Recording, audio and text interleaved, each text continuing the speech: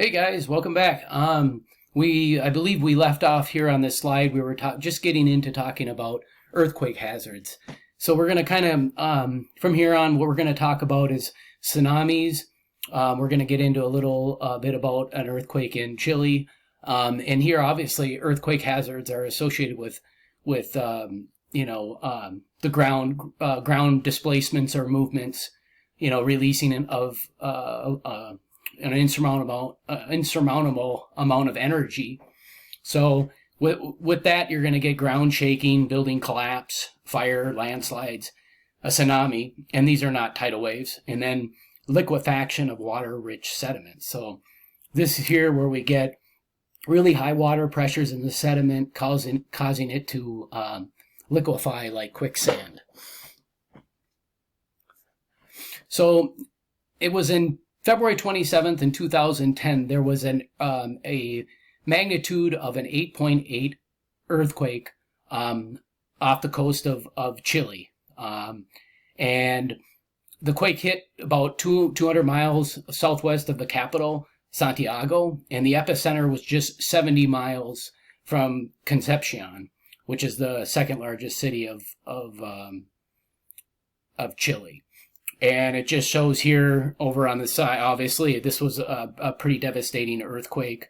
It flipped over cars, it broke a lot of bridges, and we're going to be talking about this in the next few slides. So here also, this was the epicenter it's showing here. So remember, the difference between the epicenter is on the surface, and the focus of the earthquake occurs perpendicular from the epicenter in the interior of the earth.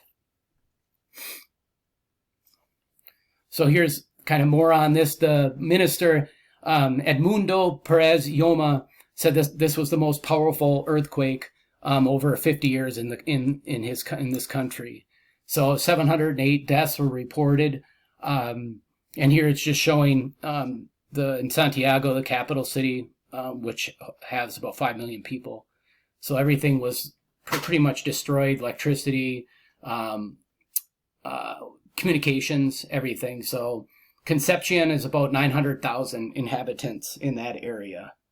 So here's the news in South America, and they're just kind of talking about the earthquake here. So here are some earthquakes, some of the most significant that have occurred in U.S. history here. And one that stands out right up here is in 1556 in China. It was a magnitude about 8, and there was 1 million people that died. So that was the one with the most fatalities. And then you can look kind of through here. Here's one with Sumatra, and there was a tsunami associated that way, and that was 9.9 on the Richter scale, I believe, and only 275,000 died. So not good. So anyways, yeah, that's just showing, and I think the lowest one was 6.1 here. So just kind of some statistics here. So here's kind of a distribution of basically earthquakes, magnitude of a 6.5 and greater quake since 1978. And it's just showing kind of the color kind of distribution. Here you got like gray to pink, and pink being the highest for hazards. So typically you're going to see more pinks on the West Coast and up in Alaska as well. Here we're on the lowest. Here we're kind of mid-continent. So we do get earthquakes, but they're nowhere near a 6.5. And then of course on the East Coast, it's a little bit more milder. It's the green. But definitely more hazardous in Hawaii and in Alaska. So tsunamis. What are tsunamis? Obviously, a massive wave. You can say a death wave. But essentially they're caused by submarine landslides and seafloor motion. So you can actually have kind of some tectonic event or displacement on the bottom of the ocean, And I'll talk about here. Here's a diagram explaining that. These waves travel at 400 miles per hour. Typically, they pass unnoticed at sea. They cause a lot of damage on shore.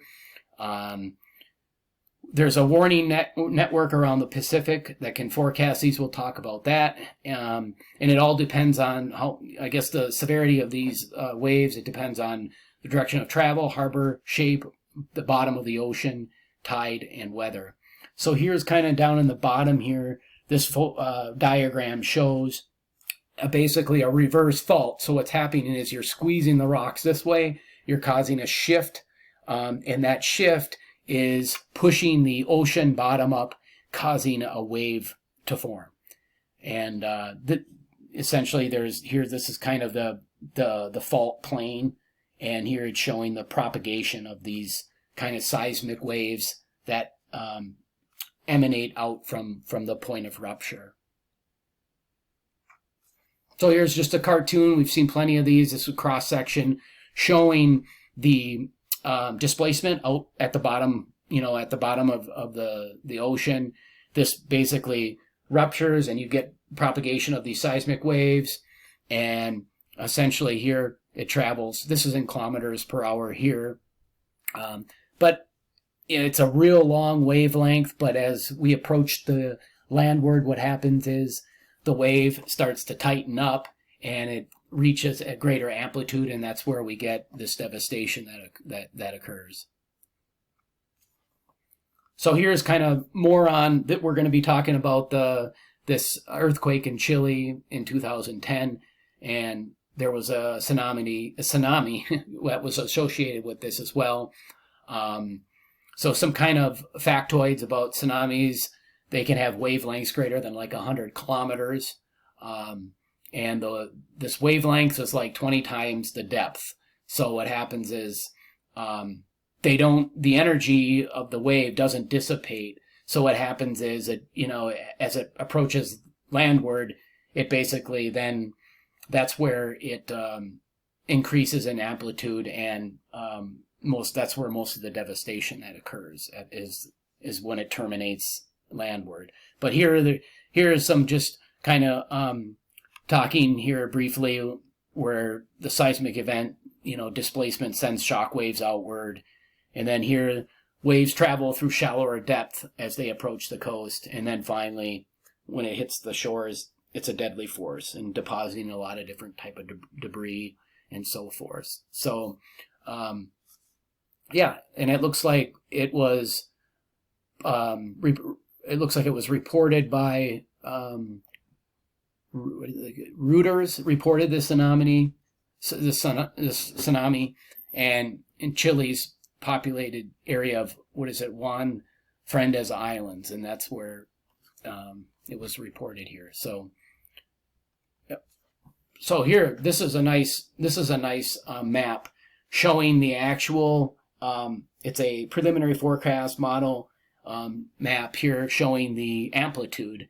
And you can see this is where it emanated, or where it started off right here. And you can see the real dark kind of red, and then it gets a lighter red. And then finally, the yellow represents kind of, in I guess the blue is 0 centimeters. So this was done, I believe, at NOAA's West Coast and Alaskan Tsunami Warning Center. So they created this map there, and it was produced by an 8.8 magnitude earthquake here. But we can actually model this if we know the velocity, if we know the distance, where the epicenter is, then we can calculate how long it's going to take to reach X location. So we can kind of use this as like a predictive tool. And I'll talk more about how they do that. So here's this is kind of I believe this is right here.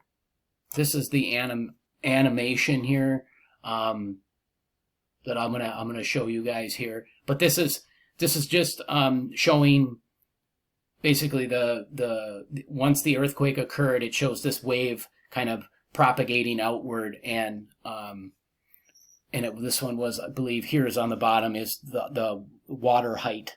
Let me see here. think I'm going to get this going for you guys.